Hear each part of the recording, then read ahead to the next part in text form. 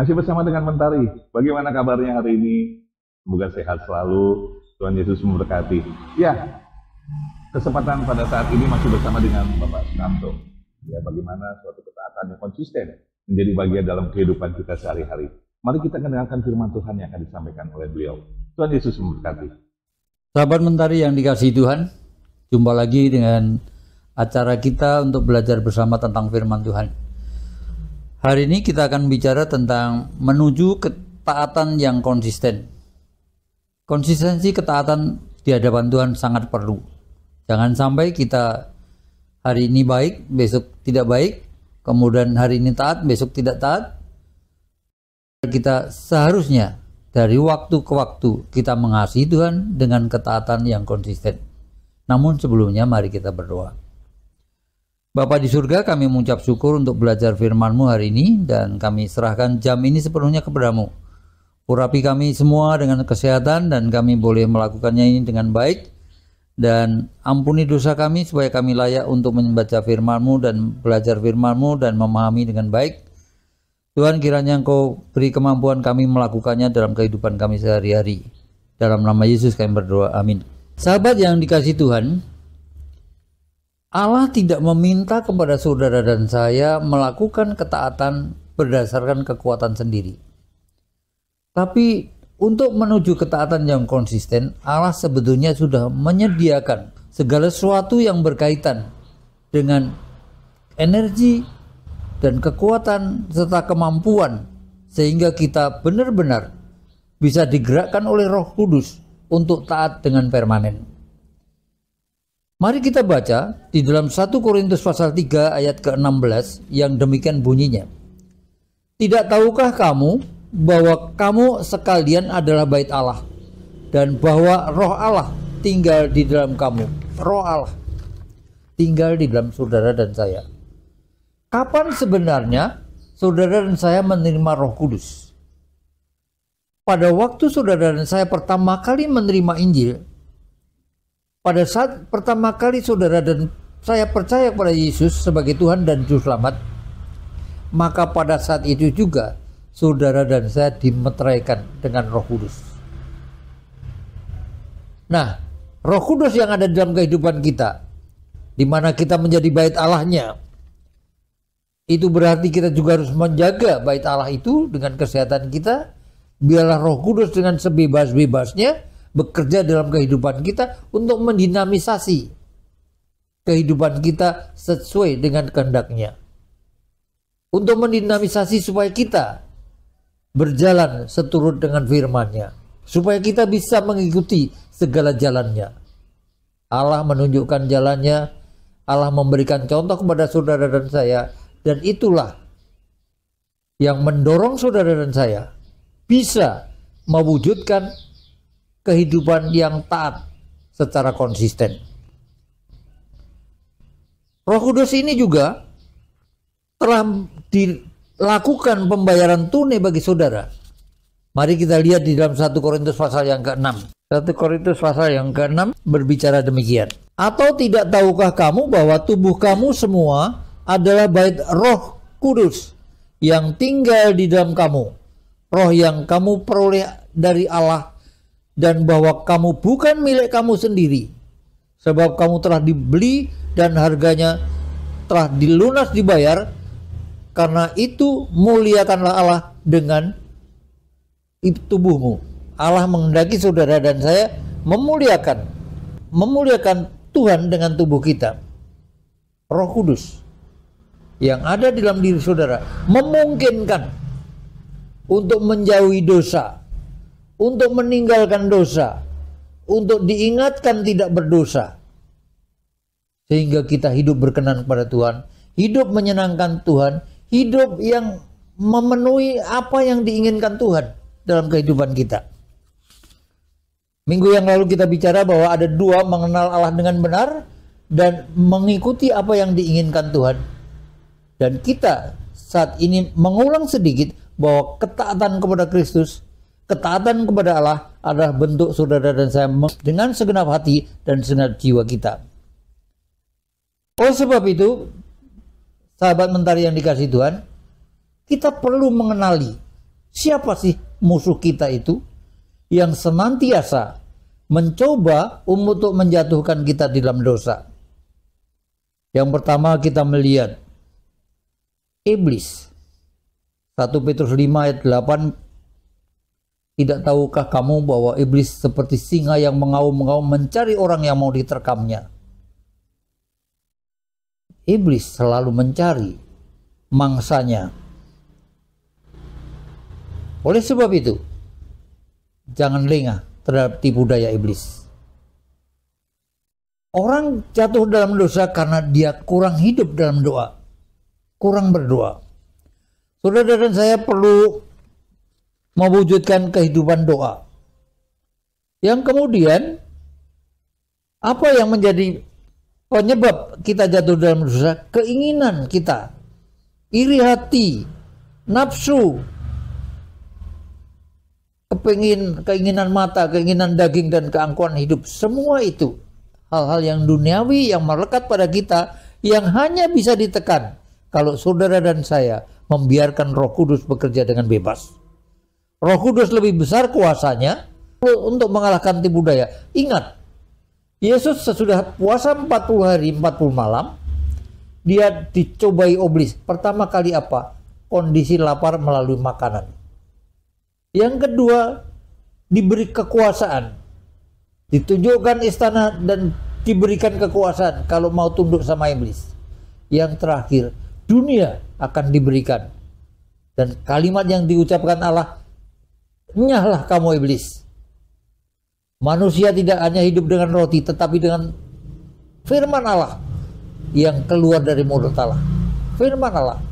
Itu sebabnya bagaimana firman Allah ada di dalam kehidupan kita, kita menyimpan firman Allah di dalam kehidupan kita, dan Roh Kudus akan mengingatkan saudara dan saya. Mari kita lihat di dalam Yohanes. Yohanes pasal ke-14. Bapak Ibu Saudara, di dalam Yohanes pasal yang ke-14 ayat yang ke-26, di sana dikatakan begini. Namun penolong, yaitu Roh Kudus, yang akan diutus oleh Bapa dalam namaku, dialah yang akan mengajarkan segala sesuatu kepadamu dan mengingatkan kamu akan semua yang telah kukatakan kepadamu. Roh Kudus yang ada dalam diri saudara dan saya, dia akan mengajar dan mengingatkan firman Allah yang pernah dikatakan kepada kita. Oleh sebab itu, saudara dan saya perlu senantiasa hidup di dalam doa dan hidup di dalam firman Allah yang menjadi standar kehidupan kita sebagai orang percaya. Roh Kudus lebih besar kuasanya dari saudara dan saya untuk mengalahkan iblis. Sikap kita menentukan. Orang menjadi konsisten tergantung sikap kita. Di dalam Lukas pasal 8 ayat 15, Anda ingat perumpamaan penabur? Yang terakhir, benih itu jatuh pada tanah yang baik, yaitu orang yang mendengar, kemudian menyimpan firman itu dalam kehidupannya.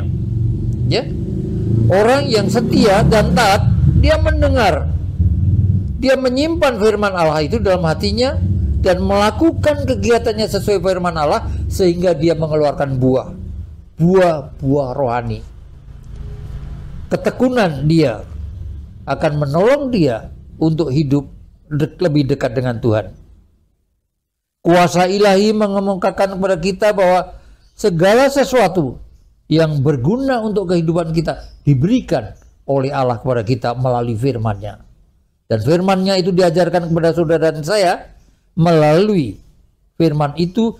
Paulus mengingatkan kepada kita, dan Injil Lukas juga mengingatkan kepada kita, taatlah kepada firman Allah. Ketaatan ini dicontohkan di dalam Filipi pasal 2 ayat ke-8. Yesus yang taat sampai mati. Itu contoh yang bisa kita teladani, dan bagaimana Allah menunjukkan kepada kita bahwa Allah sungguh hidup dalam diri saudara dan saya. Allah rela mati. Allah memberikan contoh kepada kita bahwa kita harus mentaati kepada firman-Nya. Filipi pasal yang kedua ayat yang ke-8 berbunyi demikian. Ia telah merendahkan dirinya dan taat sampai mati, bahkan sampai mati di kayu salib. Untuk apa? Untuk saudara dan saya. Mari kita melihat ketaatan ini. Ketaatan ini dimulai dari proses yang sesungguhnya bisa dicegah kalau kita memang mau. Mari kita buka dari Yosua pasal yang ke-7. Ini sebetulnya pengambilan barang yang harus dimusnahkan. Allah berbicara kepada Yosua, orang Israel sudah tidak taat kepada janji yang diberikan. Dan oleh sebab itu Allah berbicara kepada Yosua, tanyakanlah kepada orang Israel yang sudah menjadi pilihan Allah itu. Ayat 11 dikatakan, orang Israel telah berbuat dosa. Mereka melanggar perjanjianku yang kuperintahkan kepada mereka. Mereka mengambil sesuatu dari barang-barang yang harus dimusnahkan. Mereka mencurinya dan dengan tipu daya menaruhnya di antara barang-barang mereka. Sahabat mentari yang dikasihi Tuhan, setelah ditelacak oleh Yosua, terdapatlah seorang dari Yehuda yang namanya Akan. Akan diinterogasi oleh Yosua, berkata, Akan, anakku, muliakanlah Tuhan Allah Israel, ya, dan mengakulah di hadapannya. Katakanlah kepadaku apa yang telah kau lakukan, jangan menyembunyikan apapun darimu. Dan juga di dalam diriku. Lalu akan berbicara. Lalu akan menjawab Yosua, benar, akulah yang berbuat dosa terhadap Tuhan Allah Israel, seperti inilah yang kuperbuat. Pengakuan akan kepada Yosua waktu diinterogasi, suruh mengaku di hadapan Yosua. Aku melihat jubah yang indah buatan Siniar di antara jaran itu, dan 200 sikal perak serta sebatang emas seberat 50 sikal. Pertama kali pakaian, kedua ada uang, kemudian ketiga ada batangan emas. Dia melihat, ini mulai timbul keinginan mata, kemudian mengingininya. Mulai goyah ketaatannya. Kedekatannya dengan firman Allah goyah oleh karena keinginan mata, keinginan daging, mau sombong dengan pakaian yang hebat, lalu mengambilnya. Semuanya itu disembunyikan di dalam tanah di kemahnya, dan perak itu di bagian bawah. Ada proses yang sebetulnya bisa dicegah pada saat orang itu melihat. Tahap pertama orang itu melihat. Kalau bisa mengendalikan diri, jangan. Suara hati akan begitu, jangan mencuri. Ini godaan bagi saudara dan saya yang bekerja di ladang Tuhan. Jangan merasa dekat dengan Yesus, tapi kelakuan kita tidak mencerminkan Yesus di dalam diri kita. Kita melihat barang, kita mengingininya, kita mengambilnya, dan kita menyimpannya. Allah tidak berkenan kepada hal yang demikian. Keinginan mata, keinginan daging, keangkuhan hidup, kemudian disembunyikan. Allah tahu. Allah berbicara kepada Yosua. Akhirnya Yosua menemukan orang itu, si Akan, dia dari Yehuda. Sebab itu saudara-saudara yang saya kasih, sebagai anak-anak Tuhan, jujurlah di hadapan Tuhan. Jangan sampai saudara dan saya jatuh karena mencuri milik Tuhan, mengambil barang Tuhan yang seharusnya memuliakan nama Tuhan, tetapi saudara dan saya bisa jatuh karena pencobaan-pencobaan.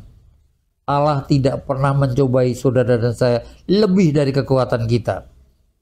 Mari kita renungkan dalam 1 Korintus pasal 10. 1 Korintus pasal 10 ayat yang ke-13. Mari kita renungkan bersama. Pencobaan-pencobaan yang kamu alami ialah pencobaan biasa yang tidak melebihi kekuatan manusia. Allah itu setia dan tidak akan membiarkan kamu dicobai melampaui kekuatanmu. Pada waktu kamu dicobai, Ia akan memberikan kepadamu jalan keluar sehingga kamu cakap menanggungnya. Bangun sensitivitas suara Allah dalam diri saudara. Pasti pada waktu saudara dan saya mengingini, Allah mengingatkan, jangan. Demikian juga Akhan Panglima itu, pada waktu dia melihat barang yang harus dimusnahkan, meskipun dia ingin sekali, Allah pasti mengingatkan, jangan. Tetapi oleh karena kehidupan doa dan kehidupan bersama firman Allah tidak kuat, maka orang bisa mencuri milik Tuhan. Pencobaan-pencobaan yang kamu alami adalah pencobaan biasa yang tidak melebihi kekuatan manusia.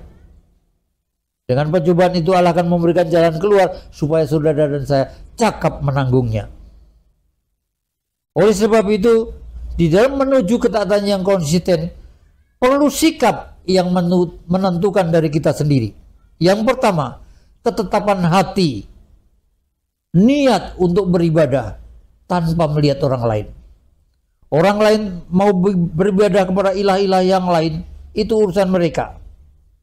Tapi saudara dan saya perlu berkekuatan, berniat teguh kita mau beribadah. Saya mengajak saudara dan kita semua pendengar Mentari untuk membaca di dalam Yosua pasal yang ke-24. Yosua pasal yang ke-24.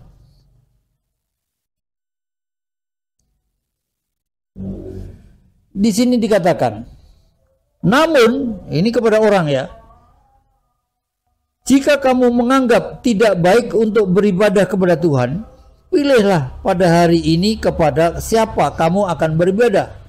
Ilah-ilah yang kepadanya nenek moyangmu beribadah di seberang sungai Efrat, atau ilah-ilah orang Amori yang negerinya kamu diami ini. Tetapi aku dan seisi rumahku, kami akan beribadah kepada Tuhan. Niat, semboyan di dalam dirinya, tidak mau beribadah kepada ilah lain kecuali kepada Tuhan.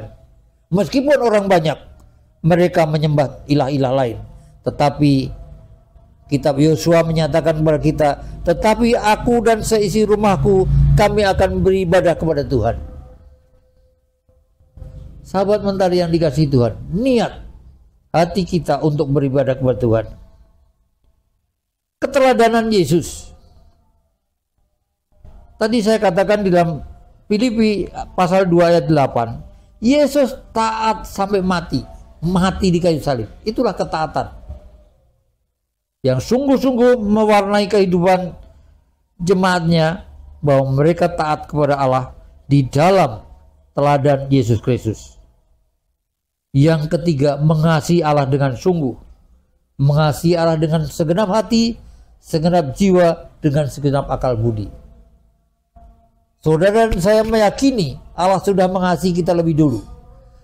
Kita meyakini bahwa Allah sungguh-sungguh memperhatikan kehidupan kita, sehingga Dia memberikan jalan keluar di mana kita mengalami pencobaan. Semua itu dilakukan untuk saudara dan saya memiliki kehidupan yang baik, kehidupan yang beruntung, kehidupan yang diberkati, kehidupan yang sungguh-sungguh menyenangkan hati Tuhan. Marilah kita membangun niat yang baik tadi, mencontoh teladan Yesus yang taat sampai mati, dan yang terakhir, kita kasih Allah dengan segenap hati kita, dengan segenap akal budi kita, dan dengan segenap jiwa kita. Mari kita berdoa. Bapa di surga, terima kasih untuk firman-Mu yang Kau berikan bagi kami. Biarlah kiranya kami diberkati untuk melakukannya, sehingga semua perjalanan hidup kami berhasil dengan baik di bawah tuntunan, penyertaan, dan berkat Tuhan. Dalam nama Yesus kami berdoa. Amin. Ya, demikian apa yang telah disampaikan Bapak Sukamto. Ya, biarlah ketaatan yang konsisten menjadi bagian dalam kehidupan kita. Ya, bagaimana dengan Bapak, Ibu, dan saya? Kita akan melakukannya dengan konsisten apa yang telah disampaikan melalui firman Tuhan. Tuhan Yesus memberkati.